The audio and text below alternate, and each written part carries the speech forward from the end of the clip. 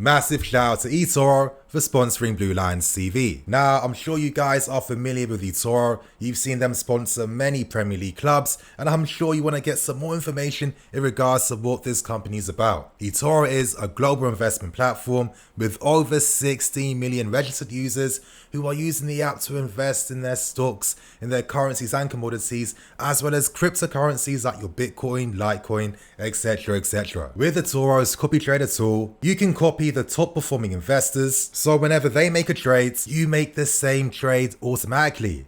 The beauty of this tool is that it allows you to live your best life, continue on with your day, doing whatever you want while investing at the same time. Now, for some of you guys that have always been curious to start investing and to start understanding how it works, eToro also puts out a free educational course and has a massive community, so when you need the support, you will most definitely find it. If this sounds interesting to you, if this has been something that you've always been curious to dip your toes into, now is the best time to get involved. Make sure you guys use my link in the description below to learn more about eToro. Welcome back, people. Of course, we're here to discuss everything that happened in yesterday's game. We're going to break down the players that stood out. We're going to talk about tactics. We're going to critique Frank Lampard. Did he get the lineup right? Was the tactics on point? But of course, I have to introduce you guys a very special guest. Of course, none other than Matisse Amani. How you doing, man? Of course, you guys, you can see on screen. Show us some love, show us some support. Make sure you subscribe to his new YouTube channel. Today, he had on a very special guest in Mr. George Benson. So, Matisse, man, how was that? And how are you finding YouTube so far? It's going great, man. We spoke about all things football, all things Chelsea, a bit about the vlogging that he used to do as well. You know, not going back into stadiums, which obviously we all miss going to the games, I'm sure. And yeah, man, I mean, it's been brilliant. 3 weeks, I think, on YouTube, just touched 3,000 subs. And yeah, we're slowly rising, so it's sick. Hey, that's sick to hear, man. That's great to hear. Of course, you know, welcome parts of the community. I mean, you guys have been seeing the work he's been putting on social media. But of course, man, let's get into the topic now. I want to start on the positive first, and I think one massive positive, one 6'6" positive is Edouard Mendy. Yeah. Right now, he is the leading goalkeeper when it comes to clean sheets in this league. How have you found his performances so far? Has he impressed you more than you expected? How do you feel about Mendy? Man, I'm delighted with Mendy, especially for what my expectations were, which they were kind of non-existent. I didn't know who he was when we signed him from Rennes. I hadn't been following Rennes, but for the obviously the fee of around £20 million, he's come in and he's just been a fortress. You know, he's been a colossus. He's managed to command an area, command a space that is the penalty box, and he's made it his own. You know, there's many times he's coming out for set pieces, which we've been waiting for. We've waited for a goalkeeper who's going to communicate with his back line. He's been doing that as well. They're obviously French speaking, him, Zuma, Silva, Kante, so it helps. And what I find about Mendy, which is quite interesting, he's much like Kante. He's a very lovable character, but you don't really know too much about him in terms of like his personality on the pitch. Like he looks quiet. Like in that interview of Mason Mount, he's obviously shoulder around him and an arm around him and whatnot. He seems like a lovable guy. He doesn't speak too much, but he's always smiling as well. So he does give me that Kante type affection. Kind of, it feels that way. Do you know what I mean? So, of course. Yeah, man, he's been brilliant. And obviously most clean sheets in the league, so brilliant stuff. I think, I mean, just even seeing his performances is literally just a different level to anything I've seen from Kepa. And you know, I think I get a bit bored speaking about Kepa, not in the sense that I'm just being super dismissive, but of course I got a little bit of sympathy. You know, young guy costing so much money. You know, sometimes you are going to crack under the pressure. It's natural, you're only human. But, you know, sometimes I think to myself, we signed him specifically for 70 million, giving him 200,000 a week for his distribution from out the back, for his passing. And to be honest, I've never felt like he set up one attack at all.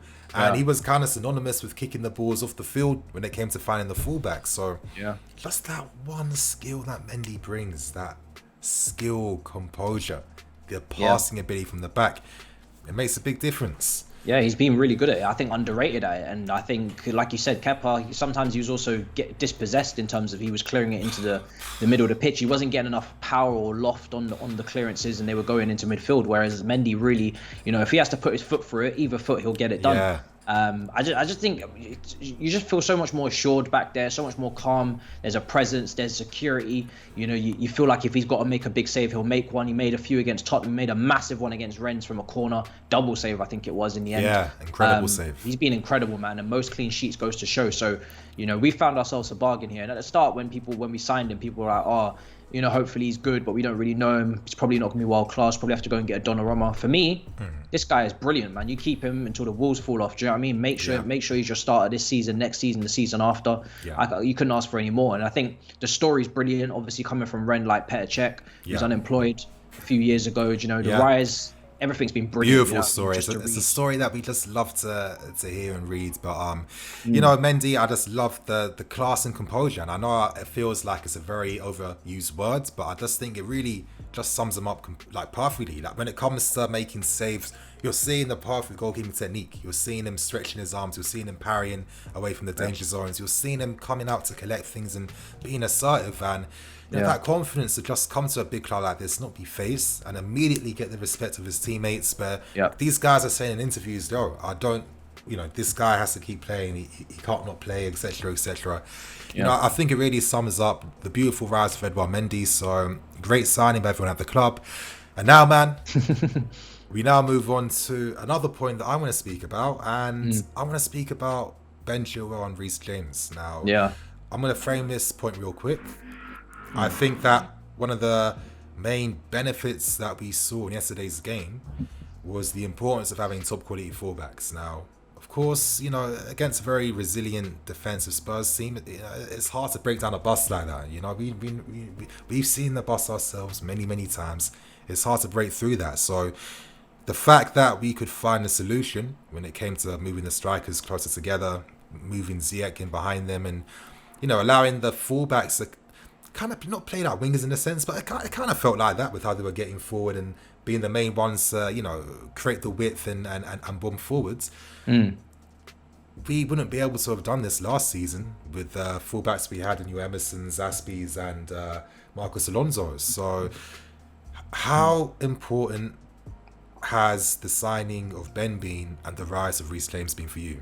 It's been huge, man. It's been huge. I think the modern day, you need fullbacks that are going to stretch the pitch. They're going to be able to get up and down. Chilwell in particular has shown his athleticism on that left-hand side, something that Alonso certainly didn't bring to the position, unless it was a back three and he had to play wing back. All his career, to be honest. But exactly. It is what it is. He's a very slow fullback. For that position, you have to be very quick.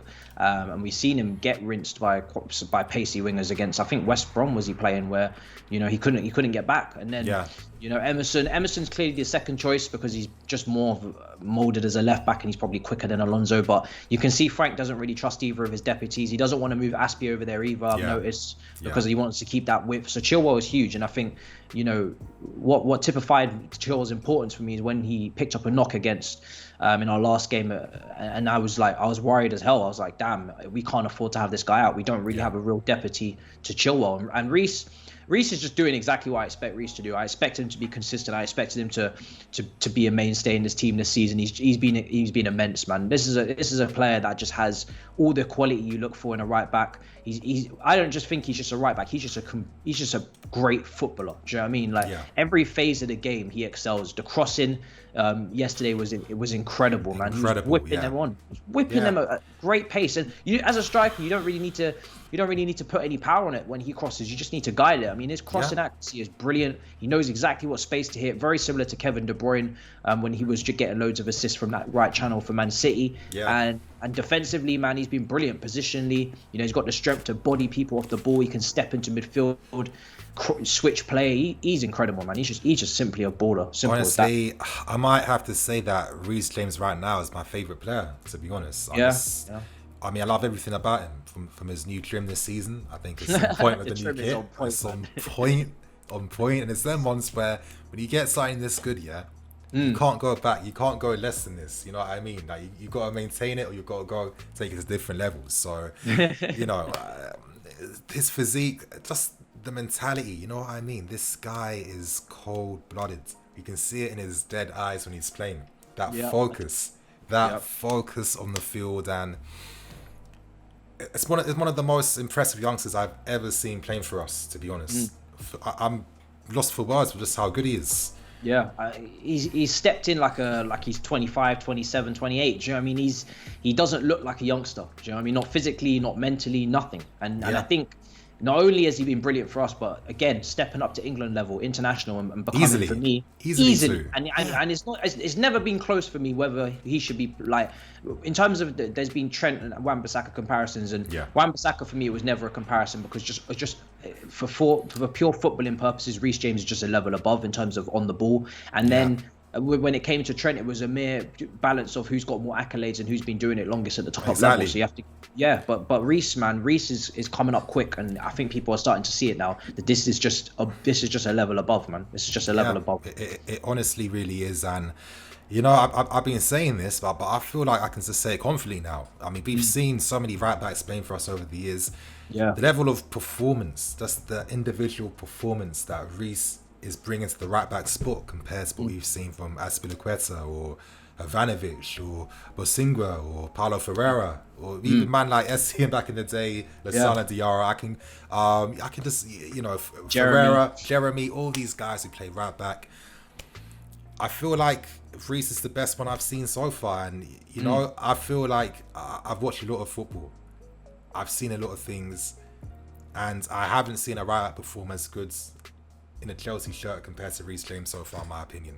Yeah, I think where people will probably, you know, misunderstand. Obviously, they're gonna be like, "Yo, Reece James is not better than Prime Ivanovic." I think, you know, what you're saying. They say that though, but I mean, honestly, man, I'm really not even feeling nervous about those distinctions. I don't even care to make them. I really think, obviously, Ivanovic is always gonna have a spot in everyone's heart. I know we love saying Prime Ivanovic too when he was just a legal tank. You know what I mean? But come on, Reece is built like Ivanovic. You know, he's got the pace of like a Bosingwa. You know, he's got the defensive ability and determination of Azpilicueta. He's like every top quality we've seen from our fullbacks and our right backs over the years. Reece just absorbed them all like he's Boo or something. So yeah. I would say he's got the potential to be our greatest ever right back with the names that you've listed there. I wouldn't say he's better than them yet, just because of longevity. You're doing it at the top level for years and years, but I fully expect him to go ahead and do it at the top level for years and years. So if I'm not saying it now, I'm gonna say it at some point, because I expect him to be the best right back the club's had, because he ticks every box. I mean, like you said, Azpilicueta, solid on the defensive side. Reece James is more than capable of handling that. Same with the build aspect with Ivanovic. I mean, if Reece James could start headering goals from corners, that would be ridiculous. I mean, soon come. That's what it feels like. And I think what he's got a leg up on all of these guys is going forward. His crossing, Ivanovic wasn't the best crosser. Aspi's not the best crosser. Bosingwa, all of these guys, we didn't ever really have that attacking right back that could really cross the ball. Ferreira, even still, I wouldn't say any of these guys were like attacking fullbacks, not your Maicons or your Dani Alves of this world. So Reece James has got, for me, the best balance as well out of all of them. And I think, the more he comes into his own and the more confident he gets, I think he's a future captain, in my personal opinion. Honestly, man, I really, really agree with you on that. I just think that, the leadership he's showing now is like a young man, obviously.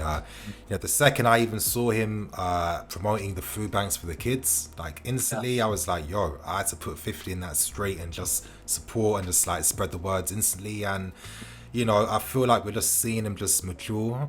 And we're seeing the rise potential of a future captain. I mean, the way he's moving, the way he's acting outside his life, how he moves in his professional life too, and how he moves on the field as well. This is what, for me, I understand the longevity argument, but I don't care about longevity if Reece puts in 8, 9 out of 10s when he's playing, compared to Mr. Longevity, who only ever put in 7 out of 10, 7.5. So I feel like this is potentially one of the greatest right backs in our history in the making. And yeah, man, any closing thoughts? Just wrap up this point for the video.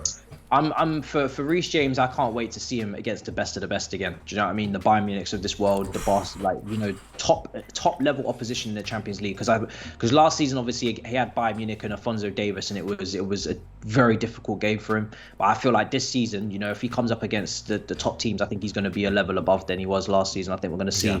We're going to be able to, for some people, justify as to why we're having waxing lyricals really about Reece James right now. Of course, of course. And anyway, thanks for your closing points, man. And of course, you guys, that's going to be the end for this video. There is going to be more content coming out today. It's going to be content crazy on Blue Lions TV. So thank you for watching. I'm the EFC. This is Blue Lions TV. You'll find all the relevant information for everyone on screen in the description below. Make sure you follow Matisse, and I'll see you guys in a bit.